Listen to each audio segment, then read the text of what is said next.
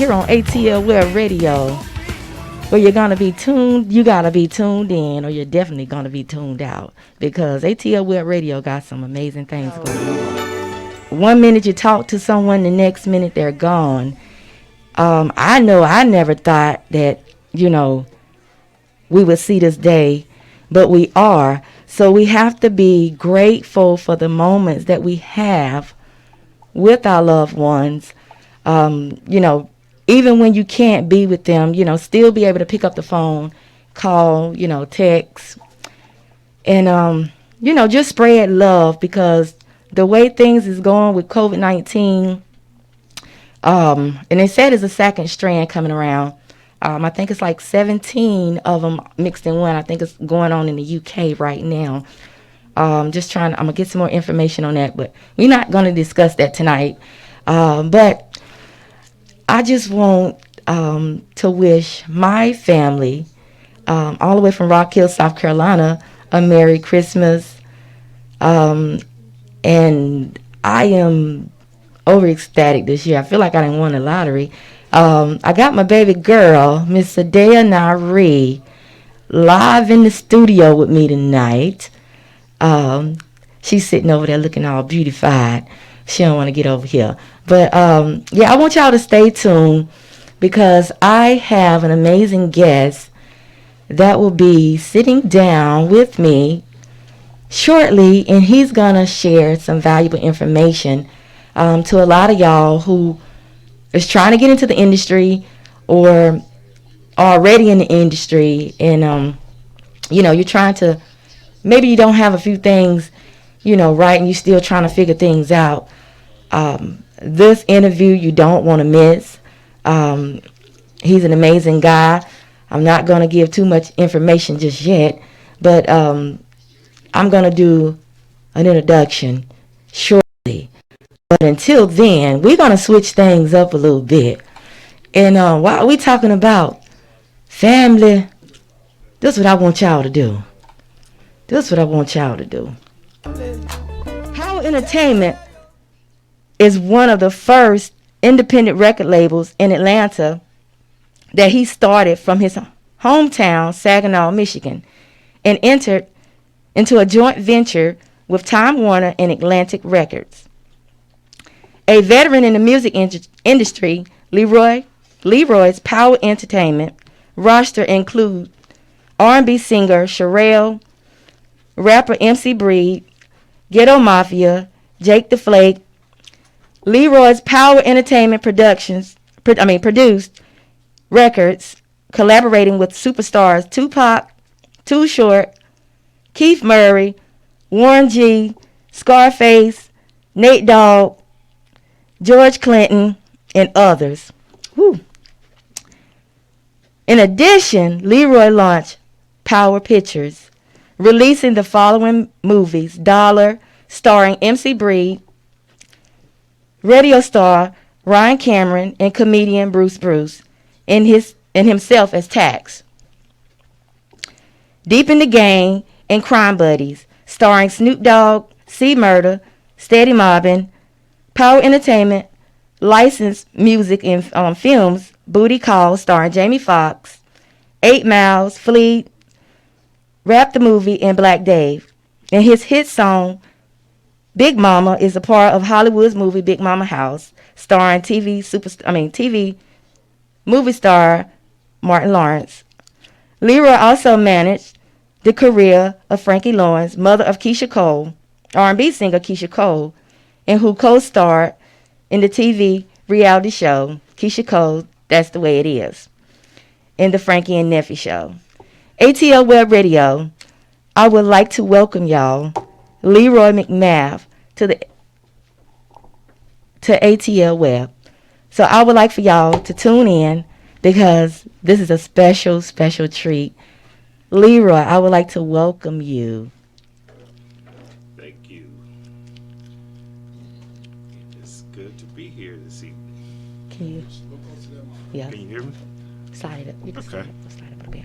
Can you hear me now? Yeah, I can hear now. Thank you. It's good to be here. Well, I am glad to have you here. I know myself and my team here at ATL Web Radio, welcome you here. And I mean, just looking at your resume, like you have done a lot. You have done a lot in the industry, and like I'm amazed. I'm amazed. Like I never thought I'll be sitting here with someone of your caliber. You know, is sitting in front of me. So like it's an honor to have you in the building here at ATL Web Radio. Thank you. And I just have to say that it's a blessing, to be able to do all the things in life that you dreamed about, and you see it to come, it becomes a reality. It's just a blessing. And I'm just happy that I was able to do a lot of these things and open doors for people and touch a lot of people's lives. Yeah, I can tell that you is a very extraordinary man. I got a chance to read your book, one of your books, The Music Game Plan to Win. And when I first opened that book and I read your acknowledgments, I had never met you, just a hey and a bye. And I knew what type of person you were just by how precise your words were to the people that meant so much to you. That told me a lot about you. Yeah. Well, thank you. And it all, it takes a lot of good people in your life around you, because I couldn't do all of this by myself. It started with my mother, and she's very influential in my life. It was never anything that she didn't say I couldn't do. So that was like my encouragement to always chase and go after the things that I wanted to do. And so I have to thank her and my family. Very supportive.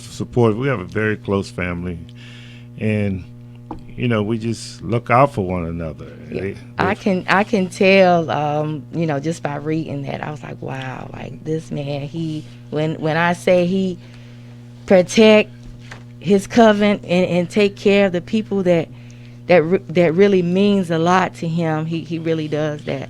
But we're gonna go ahead and jump into some questions before we open the phone lines up, because I think we got a call that's going to come in just a few moments.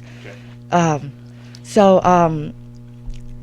I know Power Entertainment have so many different entities, different brands to it. Can you break it down to the people, as far as with your music, the books and documentaries and things? Sure. Well, when I first started, what started was I started off with a nightclub, a teen club. I was very young, and just being involved with the club, had the opportunity to meet a lot of people, and it was kind of like exciting. So from that, I kind of wanted to branch into more creating some of the music that people was having fun with in my club. So that kind of led to me starting a record label. Okay. And so I kind of like always thought that, well,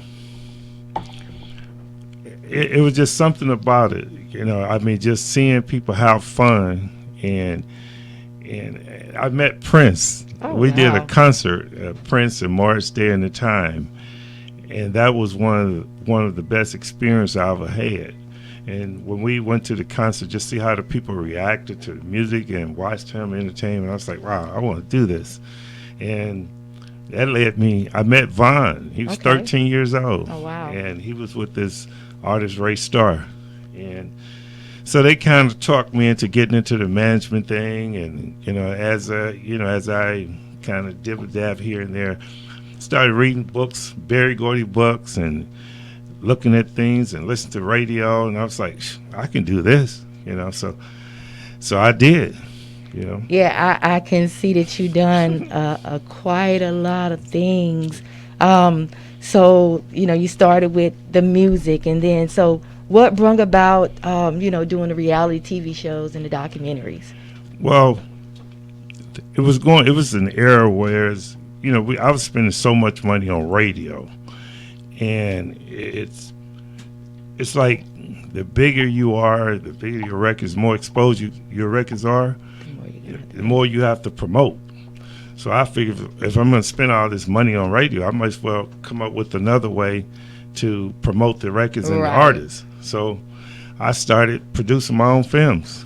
And at the time, people was like, "You crazy? Nobody's gonna do that." And here I am. I'm crazy. You're crazy, and you still doing it. Still doing Still it. doing it. I started, then Master P started doing it. A lot of people don't know that, but I was doing that before he even started putting out all of those films. Oh, wow. Yeah, I did Dollar, and actually Rap the Movie was the first one we did in L.A. We did that with Emmett Cash. He did the Three Amigos. I think Easy was supposed to have been in that movie as well. A lot of people. That was the first one. That was way back in the day. And so it was fun, and I was always looking for a way to promote, what we were doing. Mm-hmm. So we had the record label, we had the film, we was promoting concerts, and I started writing a book. Back in the day, I met a professor at Morehouse, and he was he's very intrigued with some of the things I was doing. And we would meet from time to time. And he started sketching a book out for me, and I didn't like the direction he was going, because I didn't understand, that part of the rap. It was deep. It was from a professor's perspective. I said, no, that's not what I do. I do street music. Okay. So I revamped it, and that's how I did my first book, The Music Game. Okay. Because I wanted to, when I do books, it's like we're sitting here having a conversation. I like to, when you read it or listen to the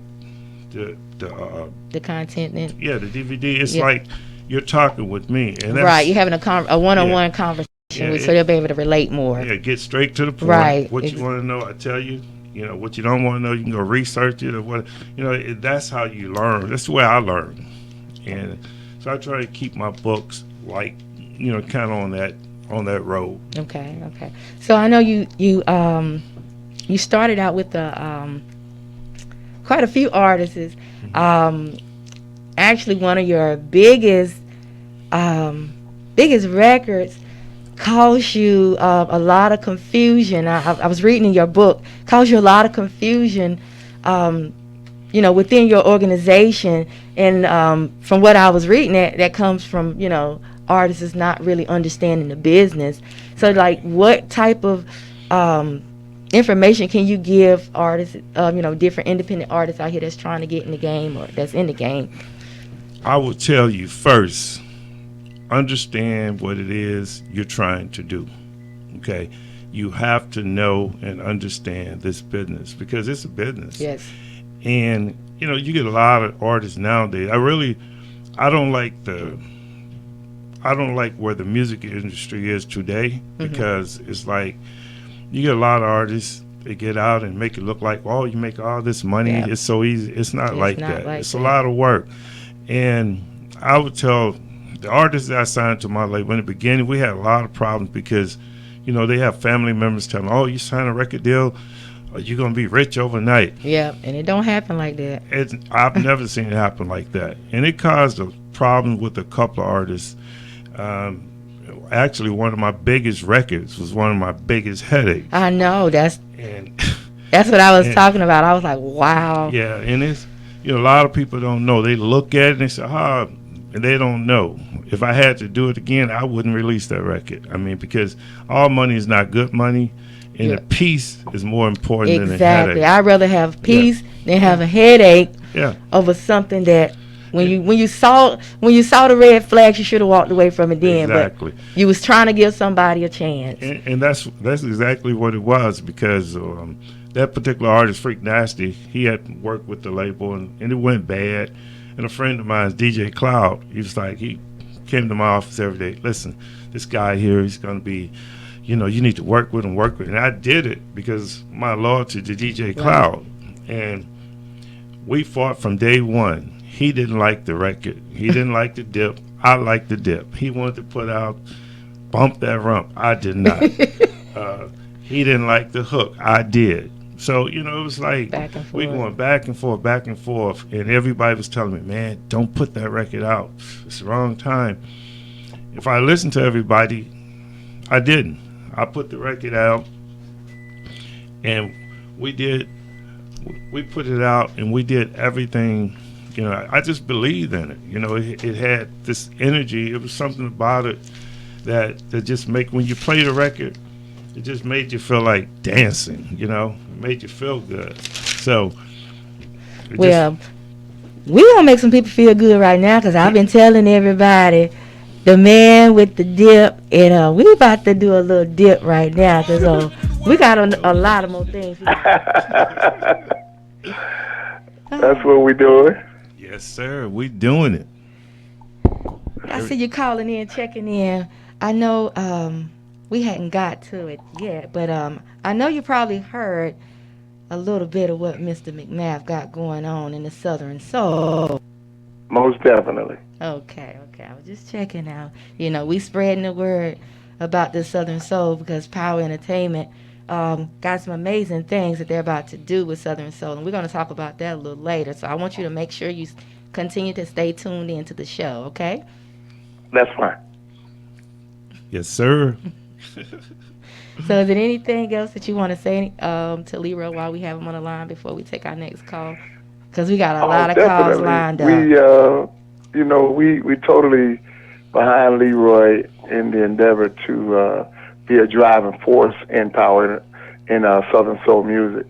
So, you guys buckle up and get ready to go for the ride, because Power Entertainment is definitely about to be a driving force in Southern Soul music. Without a doubt. Y'all heard it first, all the way from Chi-Town. Yeah. Definitely. Power Entertainment about to take over. Yeah. Icebug, Nelly Tiger, we just about to wet y'all beak with it. Leroy driving the ship, and we behind him, and it's about to go down. Trust me. And that's just to name a few. That's just to name a few. Y'all heard that. ATL Web Radio. I want y'all to continue to stay tuned in, because we got another call about to check in. But before that next caller come in, I want to know, can y'all do this one thing for me? What's that? Can they back it up? Who's that talking about, Jerry Curl? It's a special guest. This is your pop up in Michigan. What? Yeah. How you doing, son? I'm good. How are you? Good. It's my dad. How you doing? I'm doing wonderful. You wasn't supposed to let that secret out about the Jerry Curl. Well, I tell you what. This is a young man that I've known since he was a teenager, and he started working for me with the Saginaw Public Schools. And I came in the office one day, and I picked the phone up, and it slipped out of my hand. There was so much Jerry Curl on that telephone, I had to make him go home and wash his hair. Oh, wow. Oh, that's too funny. Miss Charlotte, I was listening to what you were saying about Leroy, and let me tell you, this is a young man that I've seen grow from just a young man running those streets in Saginaw to the man that he is today, and I'm proud of him, love him, and whatever he says he's going to do, he's going to do it. Amen. I love you too, and I tell you, I couldn't have done it without you, and everybody know it. You're the reason I'm here today. Wow. And I love you, and I thank you for everything. That's. Well, sometimes when you see a young man, I was in education for over 50 years, and you just see a young man and you just know that if he has somebody that will just give him an opportunity, that he's going to make something out of himself and something big is going to happen. And I think you were maybe about 15 or 16 the first time I saw you, and I said, this young man is somebody I believe in, and I've believed in him all these years. Amen.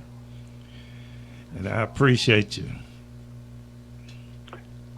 Well, look, I know there's other folks. I'm going to get back to listening No. Before you go, where is my gorgeous mother? She is upstairs right now. She is doing really well. She's just coming back.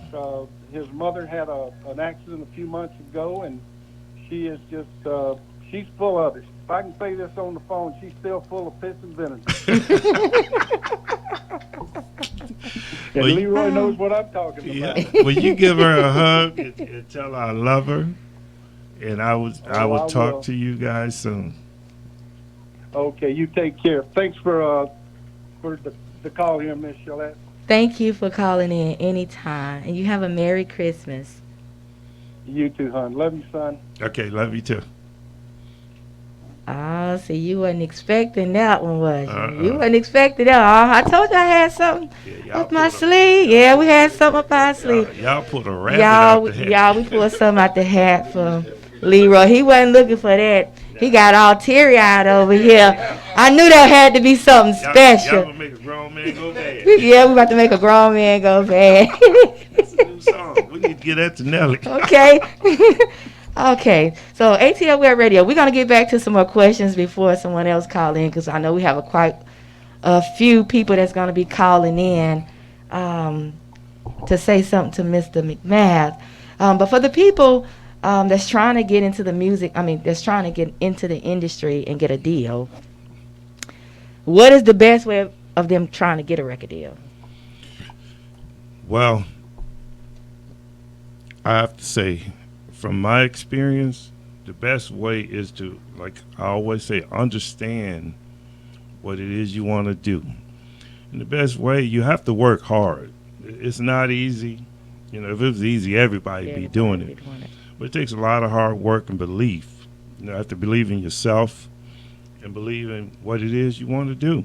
And it helps to have strong people in your life around you, positive people, like my dad, my mother, uncles. They always like, whatever I said I wanted to do, it's like, well, look, this is the way you do it, or this is what you need to do, this is what you don't need to do. Had that guidance. You can't have all these naysayers around you, because it's very hard.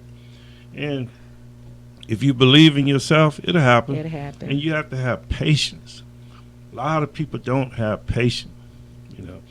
Sometimes, like Paris would tell me, well, every time I want to do something, she's like, how you going to do this? Or what, this and that or whatever. I said, well, some people seem to say, well, you do too much. I don't think you do too much. Really, I don't do enough. Don't do enough. I mean, if the president can do, if he can have 50 businesses and do 1,000 different things, I'm not doing enough. We don't do enough. You do what you want to do. You do what makes sense. Right. So what type of artists do you like? Now, well, my preference, I grew up on country western. Like my dad, he introduced me to Mickey Gillies and Charlie Pride, and Alabama. That's what I really. Okay. But I like blues. I always liked blues. My mom, she sang a little. She listened to blues. We listened to growing up, groups like Al Green, Staple Singers, Isaac Hayes. I grew up on that type of music. When I got into the rap business, it was a business venture. I wasn't necessarily crazy about rap. It's just it made sense, supply and demand. In the beginning, when I started doing it, it was like something new, like Southern Soul. Right. It was very new. Very new. And people was like, what is this? What is this? And I was like, that's what they like. So I started, scouting, looking for a rap, a group that kind of fit the mold. Yeah, that's what I wanted to do, because I never was really into the too explicit stuff, like talking about derogatory towards women and things of that nature, because my mother wouldn't let me do it. She'd crack my head. I know, that's right. And I have 6 sisters. So I don't want anyone calling my sisters the B words and all these different things. So I never really, I couldn't really promote that. But I can promote street music. See, it's the way you can do it. The rap I was doing, it told a story, like MC Bree. He did things, he was involved in the streets. He may have sold a few drugs here and there, or did things or whatever. But that's what they were doing in that area, in that area, that neighborhood. Right. But I didn't particularly do music talking about killing people, because I wasn't around people that was killing people. Exactly. And I didn't want to be around anyone. Right. You got to practice what you preach. Yeah. So okay. So what is some of the best artists you ever worked with? I think the best group, one of the best artists, or one of the best groups have to be the DFC. Okay. Al, Bree, and Terrell. That was MC Bree cousin. Okay. They were in the group. We had a group called MC Bree and DFC. So when Bree started acting crazy, we said, we got together. Al and I said, you know what? We're going to put out a record on DFC. So there wasn't even a group. So we did a solo project. I was like, look, okay, we got all this craziness going on with Breed and Itsy Bond. Okay, we need to keep some money coming in. So I flew to New York. And I sat down with, I met Craig Coleman. We still friends today. He's the CEO and president of Atlantic. But at that time, he had Big Beat. So I flew there. I was like, listen, you know, we got MC Breed. He's hot. He's selling, doing this. But I have another project that I want to do with Atlantic, the DFC. It's like a spinoff of Breed. Mm-hmm. We didn't even have a group together. Yeah, I'm just talking. So we went up and sit in the office with all the executives from Atlanta time, where I'm sitting there by myself, and I told them, say, hey, look, I need you all to get behind me, put up the money, do the album, you know, give us a budget, promote, whatever, and I'm going to make it happen. We talked for about an hour, and when I left, I had a joint venture. My first joint venture with them, it was a $10 million joint venture on paper. Wow. They didn't give me $10 million. Yeah, it was on paper. It was on paper. So people need to understand the paper game. But the incentive was the first album, they gave us $500,000. I mean, I didn't even have a group. So they committed and gave me $500,000. That's and strong. And per album, as we sold, the incentive was they would give us more money up to 10 years. It would max out at $10 million. $10 million, okay. We did the first album I released with two, Al and Terrell, who have never rapped before. We went gold. Oh, wow. That's amazing. A gold record. It was just like we believed in each other. Each other, yeah. And I sold Atlantic. Then I came back to Atlanta. I told Al and Terrell, I said, listen, all right, I have a deal with Atlantic. I'm going to put this project together. Al was like, man, I don't rap. I said, you going to rap. I know that's right. You going to rap today. You going to rap. And that's how, you know, we went in there and put the project together. The rest is history. Oh, wow. DFC was like, wow. But they were probably one of my favorites. I would have to say Bree. We went through a lot, but he kind of opened a lot of doors for Power Records because his record was so big. And when I first released that record, it sold so fast that we couldn't keep up with the sales or the deposits. I mean, sometimes we was doing 2 shows a day. And he was the highest paid rapper at that time. In the beginning, he was one of the best guys you ever want to meet. But in this industry, the bigger you get, the more people you're exposed to, and things like that. People start telling, hey, look, you with a small label, you need to be with us. You know, we can make you twice the money. And they get in, they got in his head. It changed him for a little bit, but even though they changed him, I knew the person he was. He was, you know? right. He was the guy. We got on the road in a van, and we drove from Detroit, Flint, Louisiana, all the way to L.A. in a van, eating bologna sandwiches, drinking Coke. See, people don't know that. Wow. Instead of staying in a hotel 2 nights, we stayed 1 night, and 5 of us stay in 1 room. So we have money when we get off the road. So he had to be one of my favorites because he went along with the program. I told him they believed in my dream, and I believed in them. So that's what made the record work. So he would probably have to be one of my favorite artists if I had to go down the list, other than my little sister and my little niece, okay. You know, outside of family. Outside of family. Have to be Bree. Respect. So, well, we're going to pay a tribute to MC Bree. Ain't no. What type of relationship that you had with MC Breed and Tupac during that era of, you know, doing their music? Well, you know, it was a lot of fun. It was a lot of fun. But a lot of people don't know, Bree met Tupac. We was in San Francisco at the KML Summer Jam.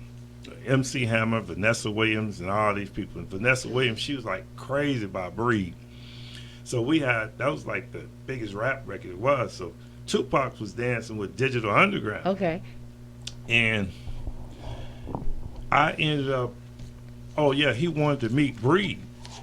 So that's how the two of them actually connected. And Vanessa Williams and Tupac are good friends. And he was her favorite. He was a Bree favorite. Bree was her favorite rapper. So all the three of them became friends. That's how that whole friendship started with Okay. Tupac and Bree, right Wow. there in San Francisco. Well, as it went on, he became a big Tupac, this and that, and whatever. So he had a couple of run-ins, as we know, with some producers doing some movies and things of that nature. So he and Bree been good friends. We took it upon ourselves to help him stay away from the law. So he lived with Bree for about a month in the basement. I would go over to take McDonald's, and I wasn't taking the weed, but I didn't want to get caught with that weed. But because it wasn't like that was the first time in my life the stuff was black. I don't know what it was, Oh, but they wow. said it was weed from California. But see, nothing can happen to them now because The both rest of is them are gone. I solved, can tell the yes. story now.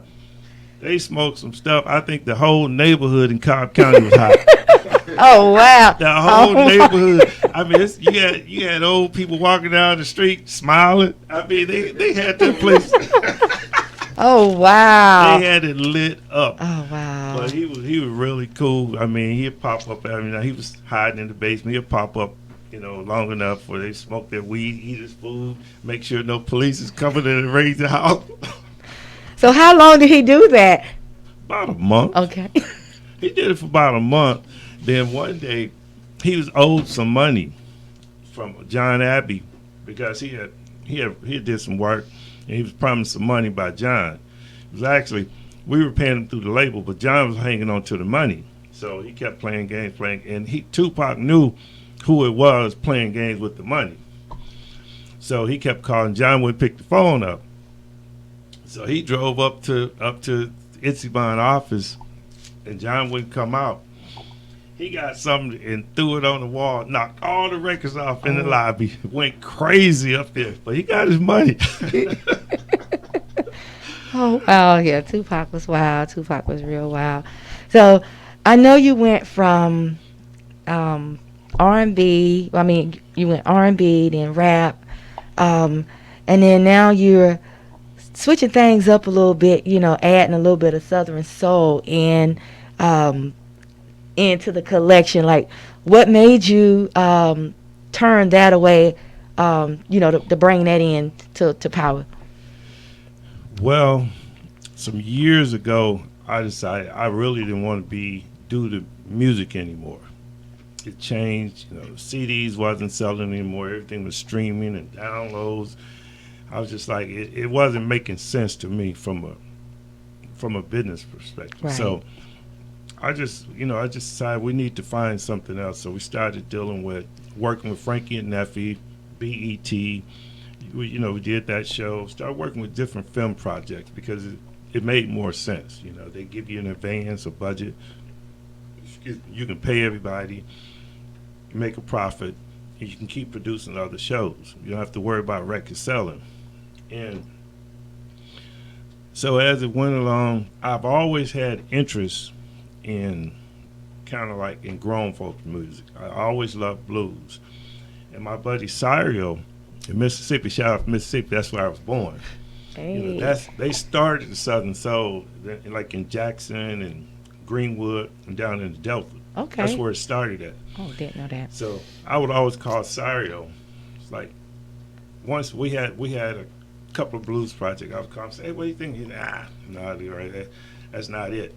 He's like, they doing something different now. They doing Southern Soul. But we didn't really have anyone that we can get behind or work with or whatever the case may be. So we, it's kind of looking around the market. Last year, a couple of years ago, we called a couple of labels. We called Pokey's label. We was trying to put together some Southern Soul concerts. Mm-hmm. And I was like, these guys are booked up. Yeah. It's like somebody like this. And I started doing my research. Von's doing his research. And we all just say, hey, and it was fun. It's adult, fun music. you don't have to worry about all the fighting. Right. That's what I like about Southern Soul. Yeah, It's grown folks music. You get together, everybody enjoy themselves, and they go home. You ain't got to worry about all that fighting and stuff. People just love on each other, whether they know you or not. It makes you feel good. Yeah, well, I mean, everyone knows what we're going through now. Right. With this COVID and all of this. I mean, you need something that's uplifting. Something else uplifting. Right. I mean, there's so much negativity in the world. I mean, from who's going to be the president, who's not going to be the president, what you going to do, what's not going to do, what money you going to get. So you need something. So just say, hey, look, this is a perfect time for us to try and get involved with some music that can be fun, and we're, when the time gets back fully right, people like to dance. They like to. This music here is like they love to do line dances. They love to party. Right. They just love to have a good time. And I've always liked music that make you feel good, and that kind of sparked my interest. And I just thought that we can get involved with it and take it to a whole nother level, because meeting some of the artists in the Southern Soul and Blues, you'd be surprised. They're very good people, but sometimes people take advantage of good people. They do. And so it's a lot of things that they need people around them that can show them, no, this is the way this is supposed to be, or you can do this or do this. And our whole business model is, we don't really want artists. We want business partners. We don't need artists. We want somebody that have a business mind, and we can work together. And it's enough for everyone. Everybody, right. You don't have to. Four of the richest men in the United States are partners. Bill Gates, Paul Allen, all of these guys, So yeah, they business partners. Still, they still could have had 20 more partners and been billionaires. Yeah, it's too much money out there for everybody to be fighting over, who gonna get this and who gonna get that. Find your lane and get in it and rock that lane, right. So, and I ran across a new artist that Power just signed, Ice Buck. And he got a new single out featuring Nelly Tiger Travis called Back That Country Thing Up. Right. Now, that song right there, that's a hit. That's a hit.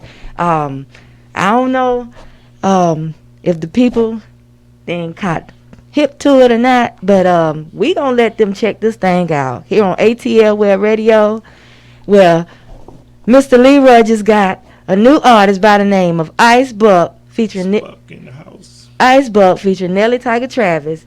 Back That Country Thing Up. If you ain't heard it yet, this your first time of hearing it on ATL Web Radio. And we was just talking about him changing the game up a little bit with Southern Soul.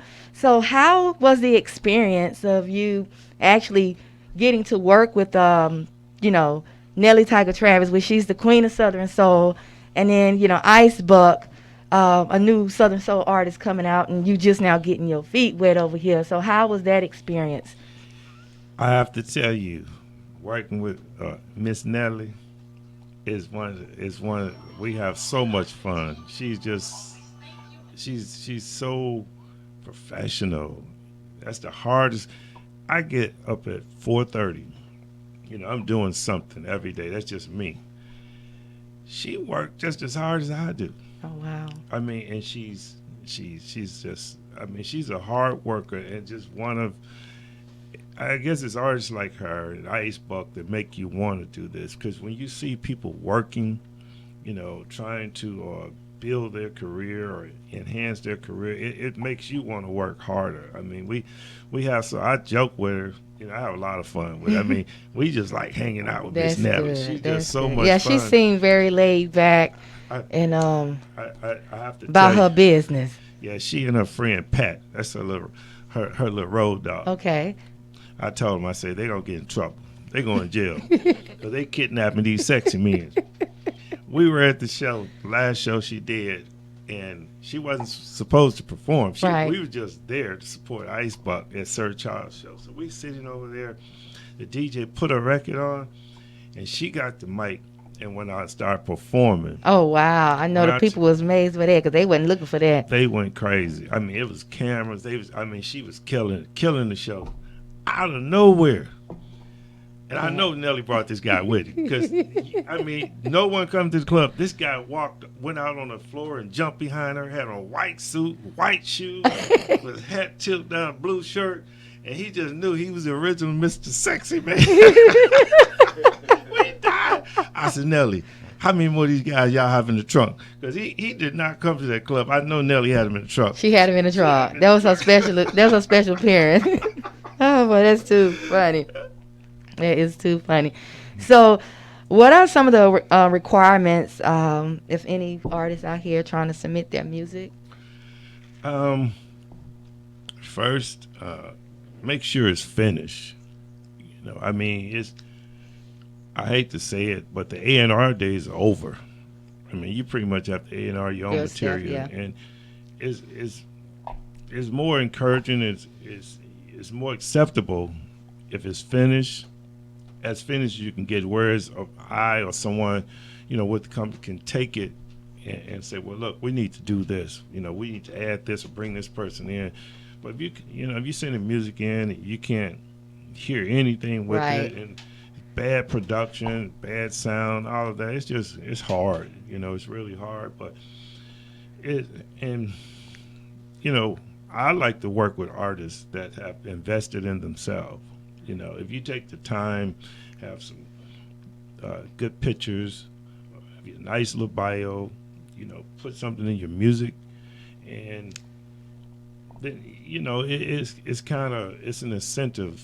You know. Yes, it is. Because when I first got started, I was everywhere until I started doing my own research, you know, learning different things about the business, and, you know, getting my bio, my EPK, and, you know, doing my photo shoot. So if you got to put in the work yourself and learn from trial and error, and not listen to everybody, because sometimes you have people out there that'll tell you anything and to stray you along, or you have people that's discouraging you. So I just stay to myself, and I just be tunnel vision with everybody. You have to get people around you that's going to tell you, okay, listen, this is not right. See, in the beginning, everything I did, I liked. But everything you do, people not going to like. Right. It's not what you like. And so most artists are the same way. They say, oh, man, I got a hit. I hear that so much. Oh, man, I got a hit. I got a platinum records. If it was that easy, you know how many you would have been, right. So you can have a good product and it don't do anything. And you can have an okay product and it just sell through the roof. You know, it's all about timing and you just have to hit it at the right time. You know, and it's hard to know what's the right time, you know, but you have to stay at it.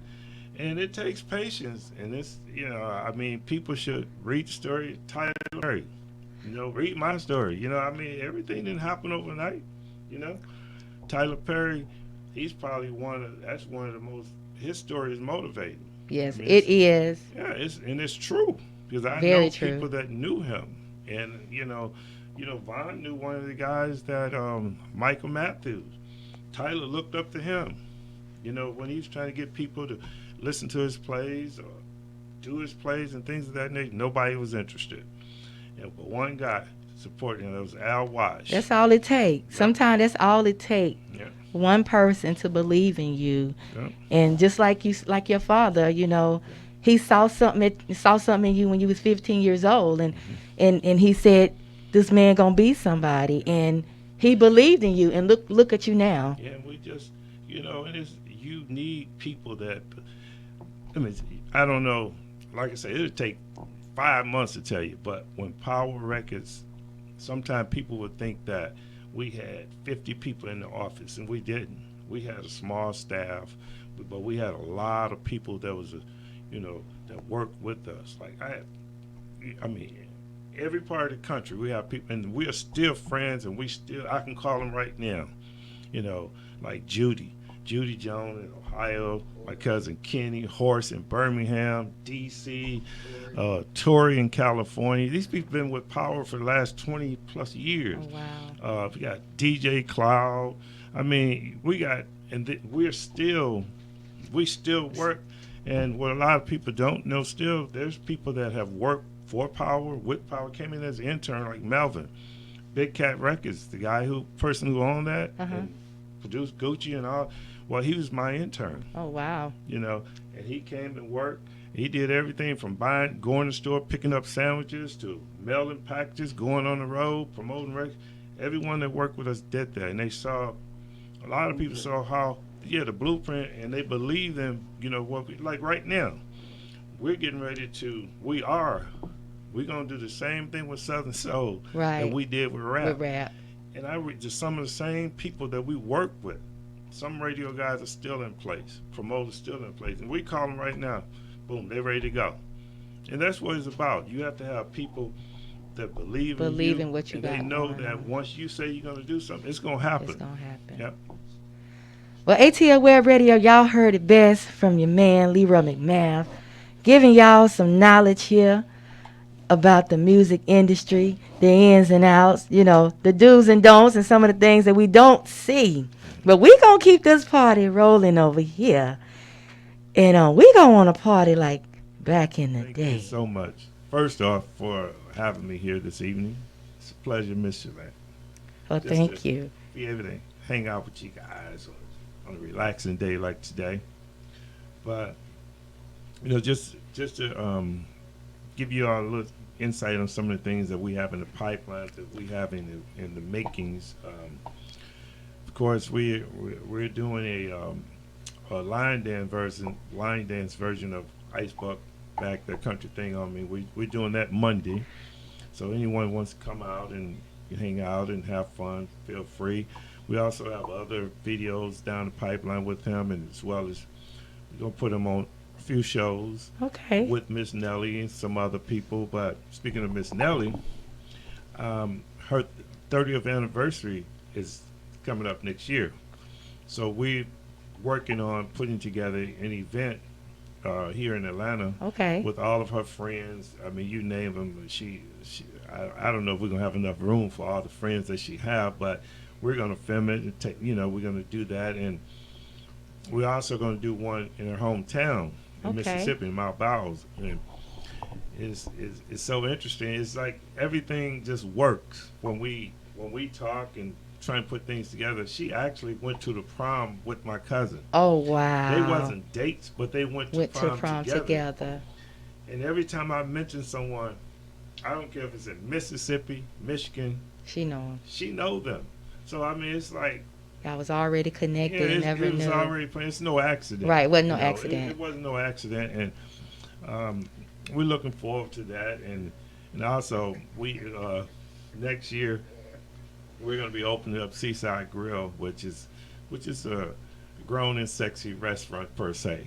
And, so what kind of food y'all going to be serving over there at the Grown and Sexy? We have everything from